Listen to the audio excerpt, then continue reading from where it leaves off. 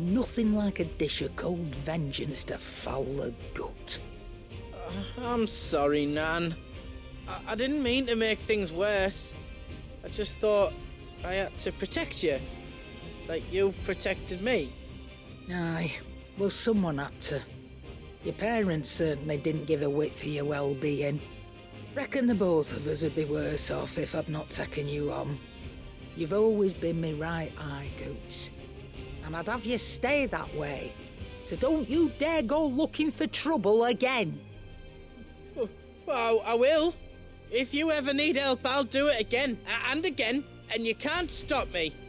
Why, you big lump. Fine. Play the hero if it makes you happy. Thanks, Nan. I won't let you down. There's nothing he wouldn't do for you. That's as maybe. But if he's ever to make his own way in life, he'll need to start looking out for himself as well. Till then, he'll need people to watch his back, just like you did in Dalamil. Don't think I didn't appreciate that. Of course. His family. Stop it. You make me one good eye, mister. I don't go thinking that'll do you any favours. A potion today will cost you the same as it did yesterday.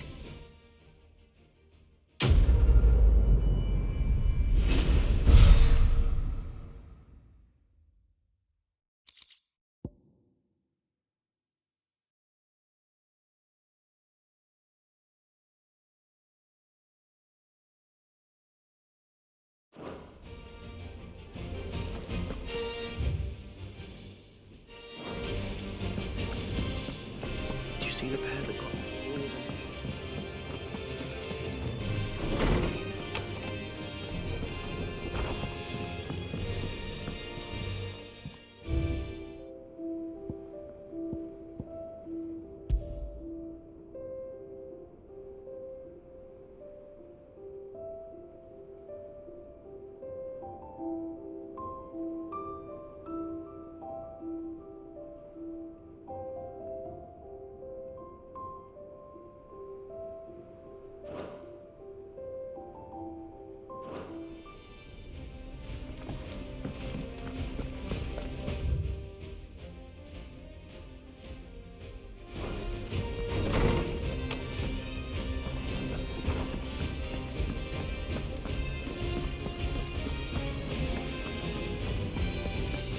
seems the hard way is blasted book. Here, you put me in this situation, Clive. You can bloody well get me out of it. I need a hand with a recipe. Are you sure it's me you're looking for? I'm not much of a cook. I'm all the cook will be needing, thank you very much. What I want from you is a little of your time, right? Oh, and perhaps your sword.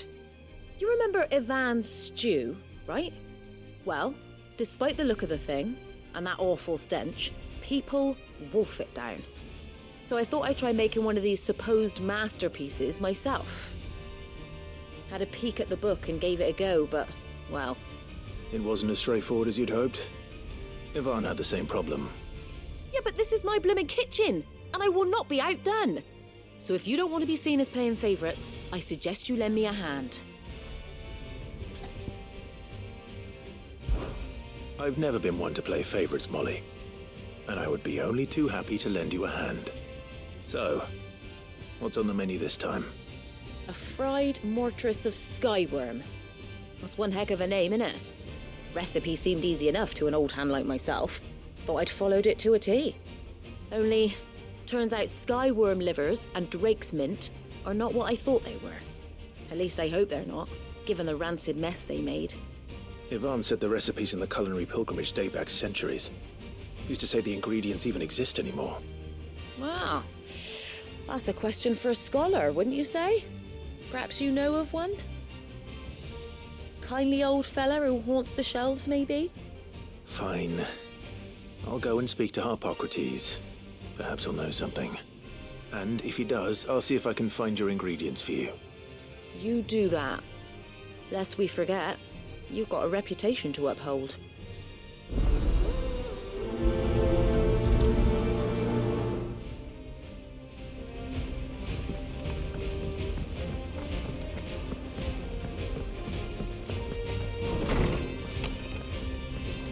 Is a storm coming, Sid? Lawsman Harpocrates. I've come to pick your brain if you don't mind. It's about the book you lent Yvonne. Valisthea, A Culinary Pilgrimage, a classic. One of my favorites, in fact. The young man did a wonderful job with the Chance's stew. I do hope we shall be able to sample more such marvels in due course. That's actually why I'm here. I don't suppose you know where I might find skyworm livers and drake's mint. So the fabled Sandbrequois delicacy is next on the menu. Delightful. The descriptions of fried mortris never fail to make my mouth water. Now, skyworm is a somewhat antiquated name for the wyvern, their ground livers being the paste from which the mortris is made. Dragon livers. How very Sandbrequois. One would have thought the disciples of Bahamut would have a touch more reverence for their icon's brethren, but apparently not. I believe the specific dragon the recipe demands is the blueback wyvern, said to be the very color of the sea beside which it resides. So we know where to look for our liver. But what about the drake's mint? Saint's bonnet in contemporary parlance, a herb which grows along the North Reach coast. I gather that one can locate the cheerful yellow flowers by their heady scent alone, so I'm sure you'll have no trouble finding them. I may add that people once believed game was best served with the flora that sustained it in life, in which regard fried mortris of skyworm is undoubtedly a typical dish of the time. Meaning that if I find one, I find the other. To Northreach, then. Best of luck, Clive. And do save me a bite once the dish is complete.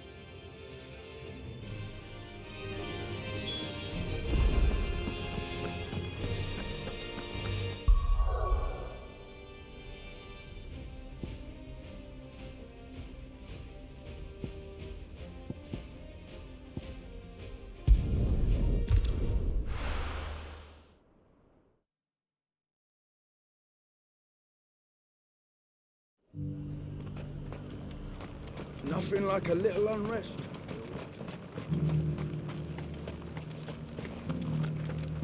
There were ghosts at the gates not days ago.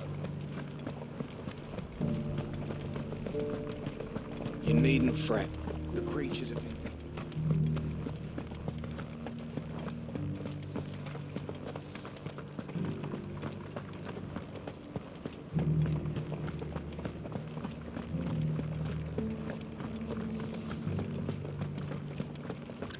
To the meadows, then.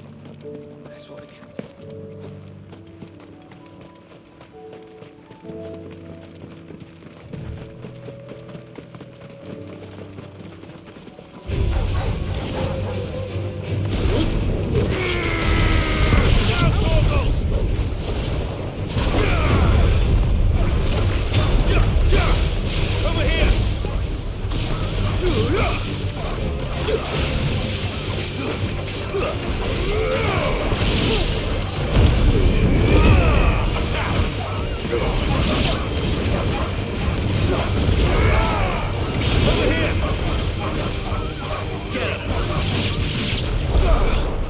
Said I should be able to find what I'm looking for somewhere nearby.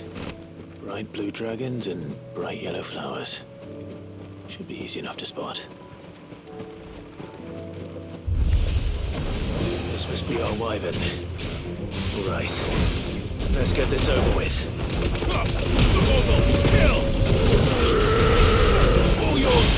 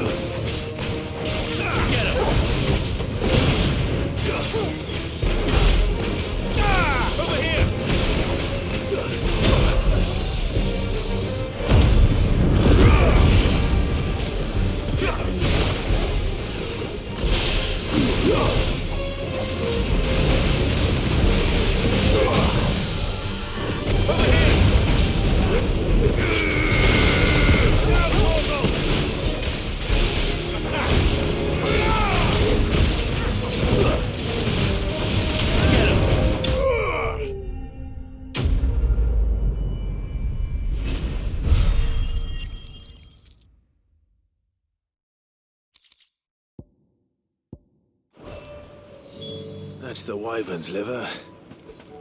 Now I just need to find the herbs. Bright yellow with a heady scent.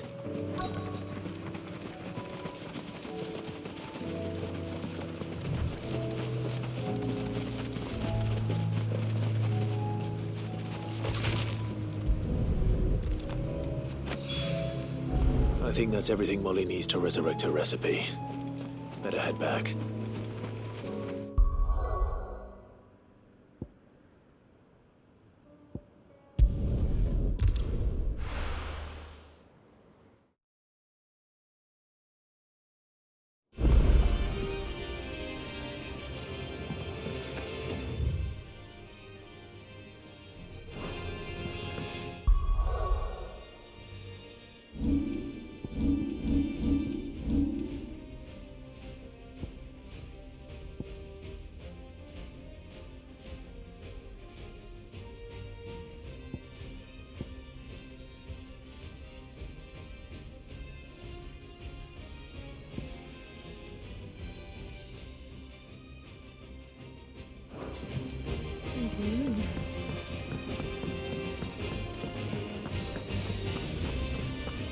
Did you see the pair that got hauled into time?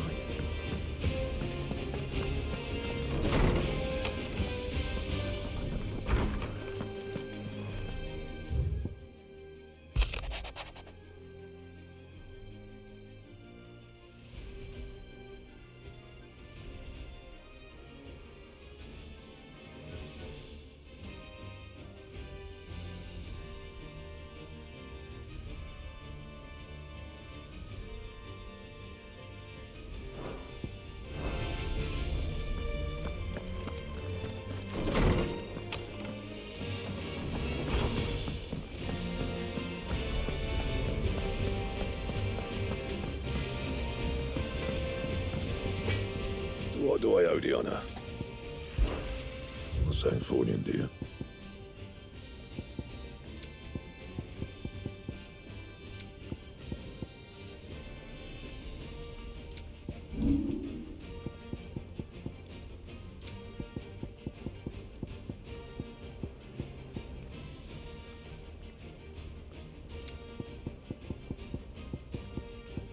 And?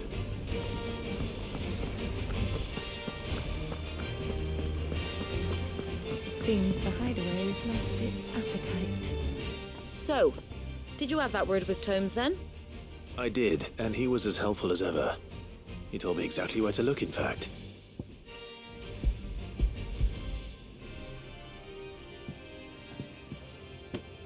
And what precisely will I be cooking up? Or is it better not to know? Blueback wyvern liver. And, a herb known as Saint's Bonnet. Ah, wyvern livers, was it? Well, at least it weren't actual worms, I suppose. Now then, you stay right where you are.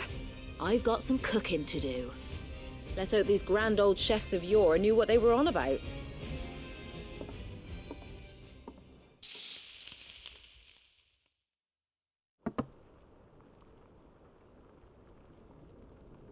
And here we have it.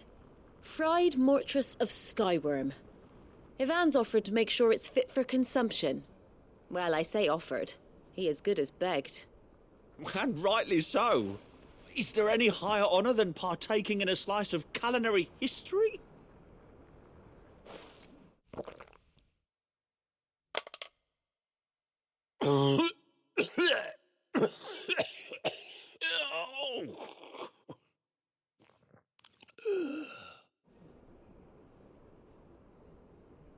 So, not fit for consumption then? What witchery is this? The crackle of the crust gives way to an almost violent richness. Yet, it is the piquant kiss of the saint's bonnet that tames this savage dish. It is a tour de force, a force of nature even, a maelstrom of flavour and sensation, a graceful beast emerging from centuries of slumber. I think he likes it. Well, I can't quite tell with all that nonsense he's talking, but I reckon you might be right. It was decent then, I take it. decent. It's remarkable, and I defy any man to say a word to the contrary. Sid, might I suggest that you command a party of your finest men and women to procure a dozen blueback wyverns forthwith? I'll give it some thought.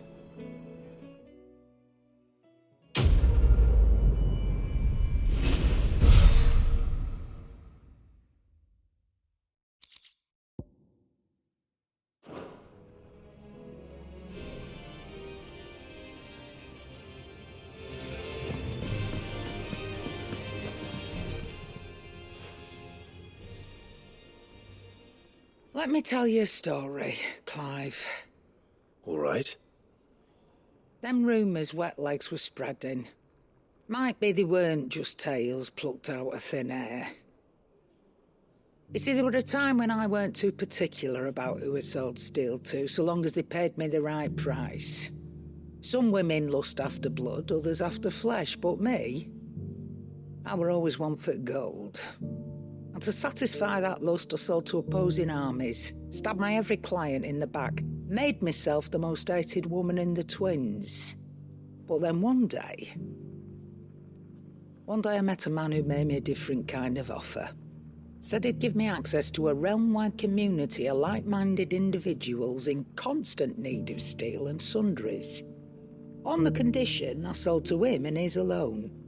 Was that the first time you met Sid? Aye. And I fell right into his damn trap.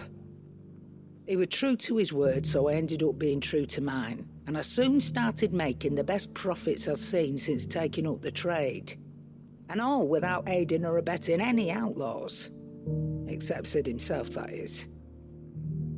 Told me about his plan to topple the mother crystals, you know. Said that with them gone, the realm would want for all manner of things. An opportunity for the likes of me to mint Gil. Why, I reckon an enterprising individual could find himself the richest dam in the twins. And that's when he had me. I emptied my stores that day and moved into the hideaway proper. And the rest, as they say, is ancient bloody history. A dozen years on, and I'm still not the richest dam. Not for lack of trying, mind. But I can say that I have never been happier. You've all shown me there are some things more precious than Gil. That there are. So don't you go messing it all up, or you'll have me to answer to.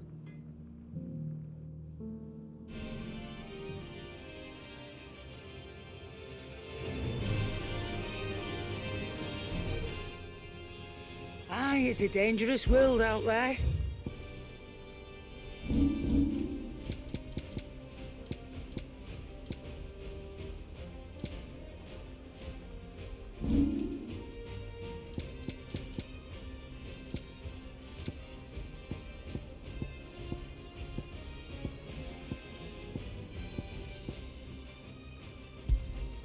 And be thankful you got that much. You got out else? And be thankful you got that much. You got out else?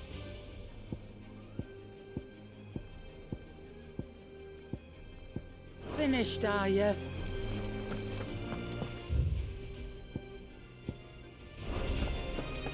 Seems the hideaway is also.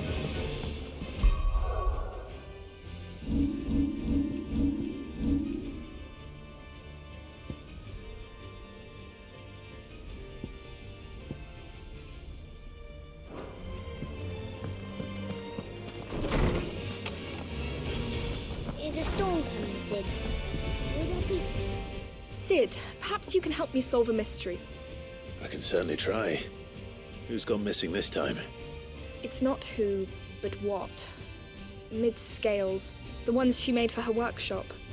I borrowed them to teach the little ones about weight, and shortly after the lesson, well, they vanished. My first thought was that they'd taken them off somewhere to play, but when I asked, they swore they had nothing to do with their having disappeared. Which almost certainly means they had everything to do with it. Perhaps a visit from Sid will jog their memories. I think it just might. Thank you. I don't like to imagine that my pupils would lie to me. But if they have, I'll have no choice but to discipline them accordingly. They were in the atrium when I last saw them, as always.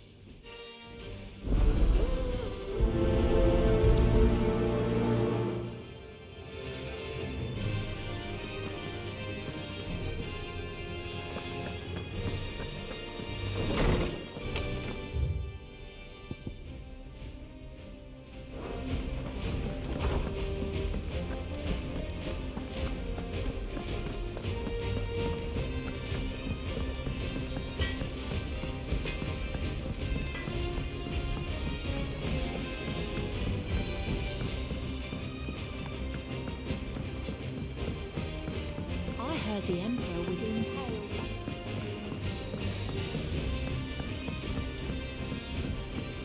We're all gonna die! You hear me? What do you reckon we should do? I say we should just tell Miss Shirley.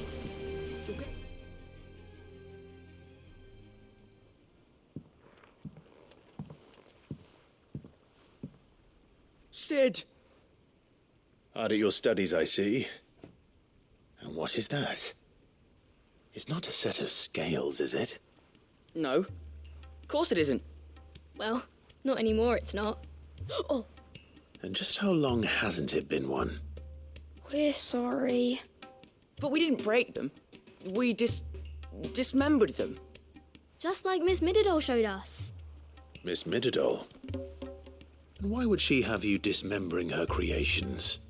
Because that's the only way to become a ninja-neer. Miss Mididol said, the best way to see how something works is to take it apart and put it back together again. Well then, your work is already half done. Carry on.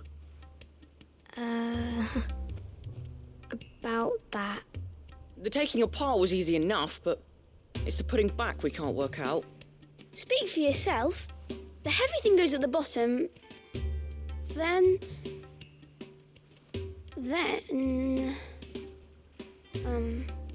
You three need to learn to take responsibility for your actions. So let's have a look at these parts with fresh eyes, shall we?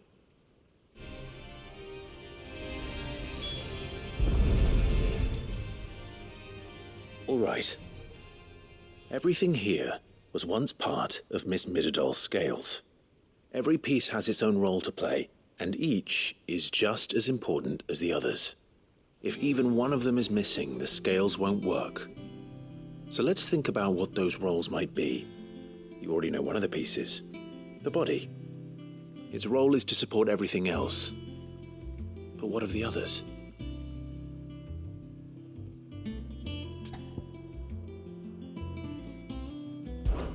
This is called the arm. Why do you suppose that is? It doesn't look much like an arm. You're right. It looks more like a wing. Like a chocobo wing! You've ridden a chocobo before, haven't you, Sid? Will you teach me to ride one day? I'll think about it. Now, what do arms do? Hold things. So wait, maybe this arm holds things too? Good thinking. You're on the right track.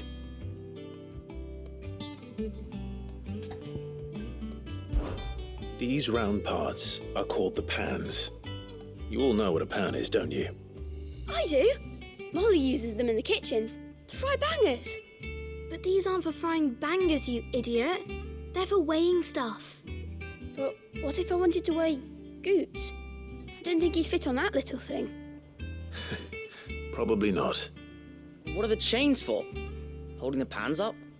Well spotted. Which means something must hold the chains up in turn.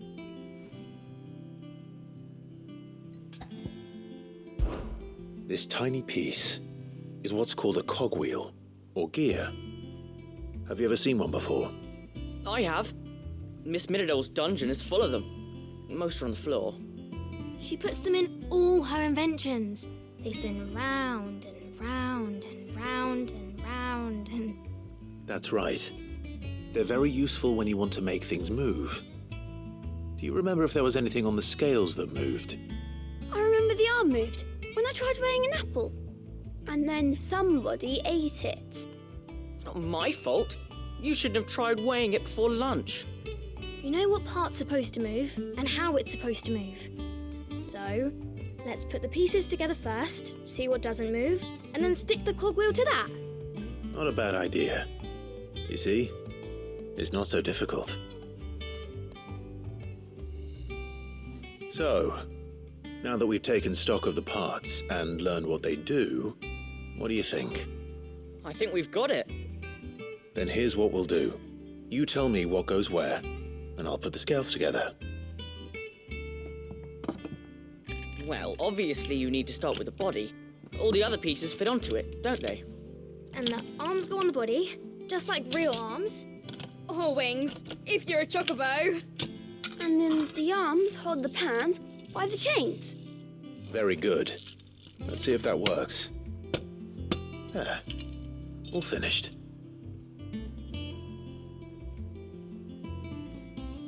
Yes! We did it! Well, with Sid's help. Oh, I just put the pieces together. It was you three engineers who showed me how. That's right. We're Miss Mididol's hairs. Her hairs? Yeah, hairs for the future. She's showing us her secrets now, so we can help out the hideaway when we're older. What do you think, Sid? Are we almost ready? With a little more help from Miss Mididol and Miss Shirley, I'd say it won't be long at all. You hear that? It won't be long. Until then, though, do try to be honest with Miss Shirley.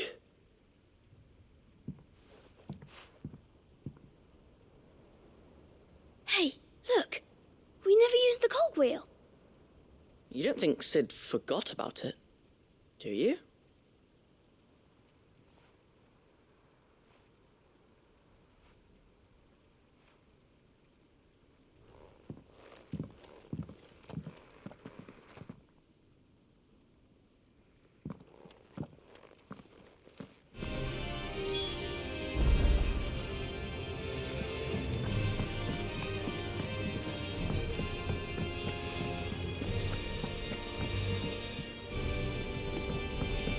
Didn't happen to forget anything, did you, Sid?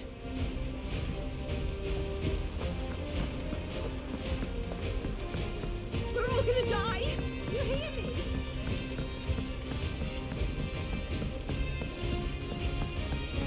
I heard the Emperor was impaled on his...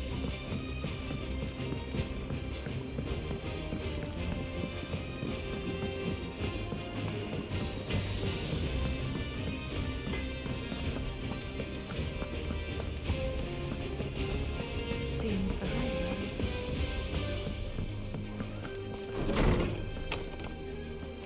Is a storm coming, Sid? Will there be... Well, did you solve the mystery? It was as you thought. The children had the scales, or the parts of them at least. They dismantled them to see how they worked. Oh, no, Mid will have my head. Thankfully she won't. This might even have been her idea. Although I was the one who ended up teaching the lesson. I'm so sorry, Sid. I know how busy you are. I shall see that the children are properly punished. Please, there's no need. Mid seems to have taken the three of them under her wing. She's even calling them her heirs. She'd have them follow in her footsteps. And her father's. I see. Sid, do you know why Mid has been spending so much time at the hideaway of late? She told me it was because her studies have been interrupted by events in Canva. Is that not true? No, it isn't. The university offered her a commission. In exchange for full tuition, room and board, they asked her to oversee the design of several new war engines. To anyone else it would be an opportunity, but to Mid, who lost both her parents to war, it was a bitter pill. One she was none too keen to swallow. But that should come as no surprise. She's only ever cared about bringing people hope. The very last thing war can be said to do. Which explains her heirs. She's working to give them a better life. And so should I. What's the odd engineering lesson? You've given them far more than that. And I'm sure they're very grateful.